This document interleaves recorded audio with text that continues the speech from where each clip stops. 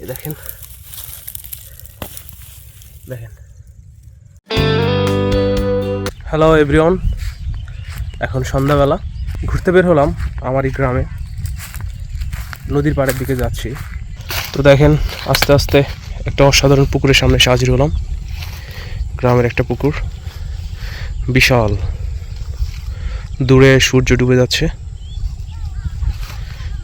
পুকুরটার জল প্রায় শুকনো এবং চারিপাশটা দেখেন কত অসাধারণ। তো এই পুকুর পার হয়ে ওই পাশে নদী। তো দেখতেই পাচ্ছেন আমি সেই পুকুরে নামলাম। দেখেন বিশাল পুকুর, এটা আপনার নর্মাল কোনো পুকুর না, এটা অনেক গভীর। আমি প্রায় সেই পুকুরের এখানে।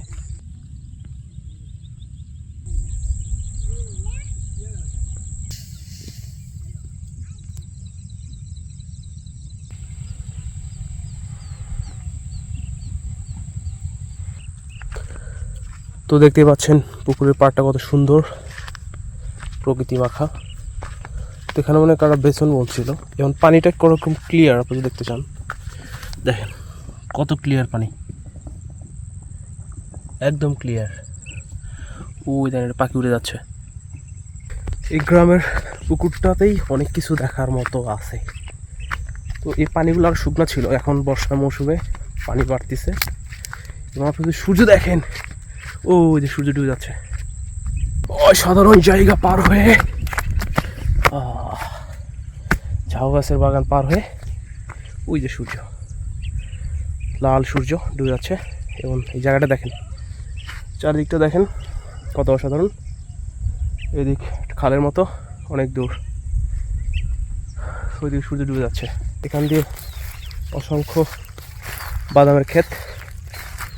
আমরা চাইলে আপনাদের একটা বাদাম তুলে দেখাতে পারি। এ দেখেন দেখেন কত বাদাম, দেখেন একটা গাছে কতগুলো বাদাম ধরে। এরকম এখানে হাজার হাজার গাছ, শুধু বাদাম আর বাদাম। যাক, বাদামটা আমি এখানে রেখে যাব। কেউ যদি এখান দিয়ে যায় তো বাদামটা নিয়ে নিতে পারবে, তো সমস্যা নেই। আমি বাদামটা হাতে নিয়ে যাই। এটা একটা রাস্তা, যেখানে সেখানে রেখে দেবো, তাহলে কেউ যদি খায় সে নিয়ে যেতে পারবে, খাইতে পারবে।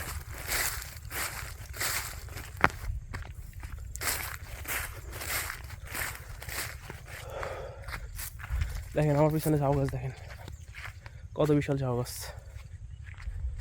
এই ঝাউ গাছগুলো আমাদের নদীর ভিতরে একাই হয়, এবং এই পুরো এরিয়া জুড়ে শুধু ঝাউ গাছ আর ঝাউ গাছ। দেখেন এখানে একটা রাস্তা, রাস্তাতে উঠবো।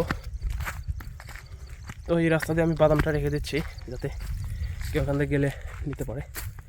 এবং আমি এখন যেখানে উপস্থিত হলাম, এই জায়গাটা আরও সুন্দর। দেখেন চারপাশটা, তো প্রকৃতির এরকম চারপাশটা দেখানোর আমার উদ্দেশ্য।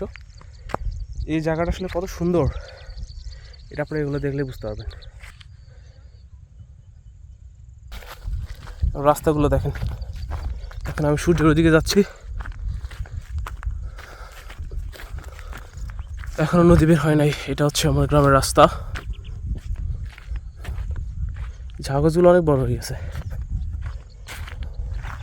এই নদীর পাড়ে ভুট্টা ক্ষেত, সূর্য লাল আকার ধারণ করছে। তো এই সন্ধ্যার সময় নদীর পাড়ে ঘুরতে আসার মজাই আলাদা। চলেন, প্রায় চলে এসেছি আমরা নদীর কাছে।